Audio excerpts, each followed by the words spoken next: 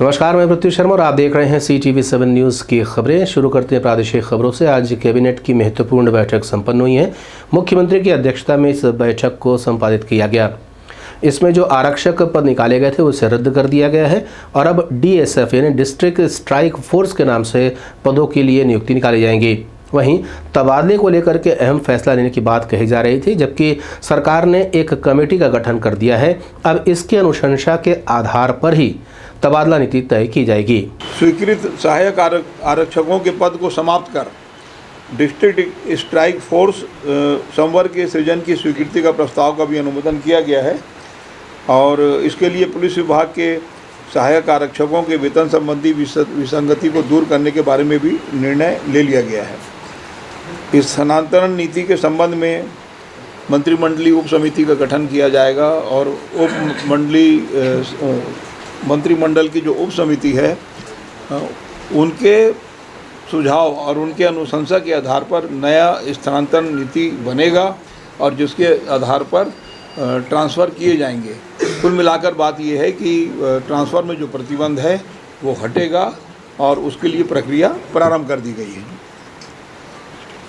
इसी प्रकार से प्रथम अनुपूरक 2022-23 का उसके बारे में भी अनुपूरक कितने का है क्या है ये डिटेल तो नहीं बताया जा सकता क्योंकि विधानसभा में प्रस्तुत किया जाना है, लेकिन प्रथम अनुपूरक के जो प्रस्ताव आए थे उसका भी अनुमोदन किया गया है।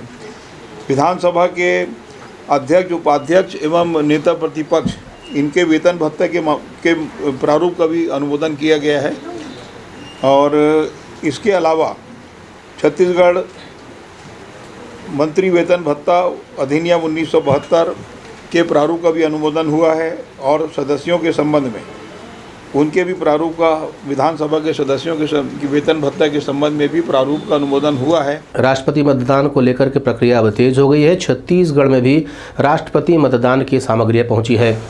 एयरपोर्ट पे इसे लेने के लिए वरिष्ठ अधिकारी उपस्थित थे। यहां से इन मतदान सामग्रियों को विधानसभा ले जाया गया, जहां पर एक कमरे में इसे सील करके रखा गया है। मतदान के दिन इसी से मतदान कराया जाएगा। आपको बता दें कि इस वक्त द्रौपदी मुर्मू और यशवंत सिन्हा राष्ट्रपति चुनाव के लिए मैदान में हैं। आदिवासियों को सपोर्ट नहीं कर रहे हैं कांग्रेस के नेता, ये आरोप लगा रहे हैं भारतीय जनता पार्टी के वरिष्ठ नेता। वहीं इस मामले को लेकर के जब मीडिया ने अमरजीत भगत से चर्चा की तो उनका कहना था कि पार्टी की गाइडलाइन है, इसलिए वो समर्थन दे रहे हैं। इस बात से कौन इनकार कर रहा है कि आदिवासी नहीं है?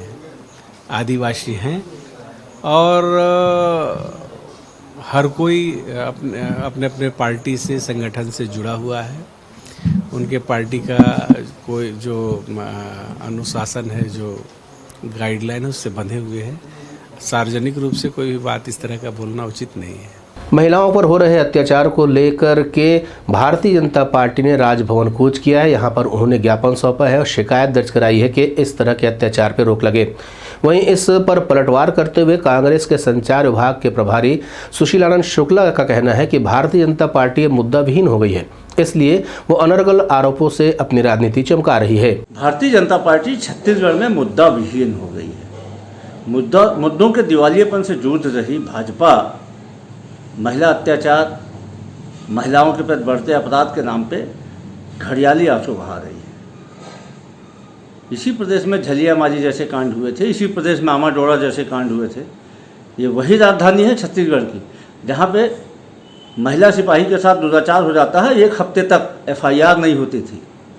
इसी राजधानी रायपुर में सूदखोर के गुर्गों ने कर्जदार की बीवी के साथ सदाचार किया था और कभी रिपोर्ट दर्ज करने के लिए उसे हफ्तों घूमना पड़ा था। इसी प्रदेश से 20,000 से अधिक हमारी बच्चियां गायब हो गई थी। भारतीय जनता पार्टी की सरकार सुध नहीं रही थी। आज भारतीय जनता पार्टी किस नैतिकता से राजभवन मार्च करने जा रही है? यह भारतीय जनता पार्टी की बेशर्मी की पराकाष्ठा है। निश्चित तौर पे कुछ अपराध हुए हैं, लेकिन अपराधों के बाद अपराधियों पे तत्काल लगाम कसी गई है, उनकी गिरफ्तारी की गई है। भारतीय जनता पार्टी के राज में तो अपराध होते थे, अपराधी बेलगाम घूसते थे और भारतीय जनता पार्टी के नेताओं को उनको संरक्षण मिलता था। टी.एस. बाबा को गुजरात का प्रभारी नियुक्त किया गया है और उनके ही ऑब्जर्वेशन में सारे चुनाव संपन्न कराए जाएंगे, जिसे लेकर के उन्होंने मीडिया से चर्चा की और कहा है कि जो पार्टी ने उन्हें जिम्मेदारी सौंपी है उसे वो बखूबी निभाएंगे। हालांकि जिस दिन वो वहां पहुंच रहे हैं उस दिन छत्तीसगढ़ विधानसभा सत्र का पहला दिन है, फिर भी वो बैठक वहां पर लेंगे और आगे की रणनीति तय करेंगे। जिम्मेदारी है, इस बार बात नहीं हुई थी, लेकिन आदेश प्रसारित हुआ है। मैंने गहलोत साहब से भी बात की कि कैसे करना है सर, कब हाजिर होना है। तो 20 तारीख का संकेत उन्होंने दिया था कि हो सकता है अहमदाबाद में वो 20 तारीख को बैठक लेंगे, तो मैं फिर वहाँ उपस्थित रहूँगा। पहला दिन हालांकि हमारे यहाँ सत्र का है, तो बैठक लेके मैं फिर 21 को रहूँगा यहाँ।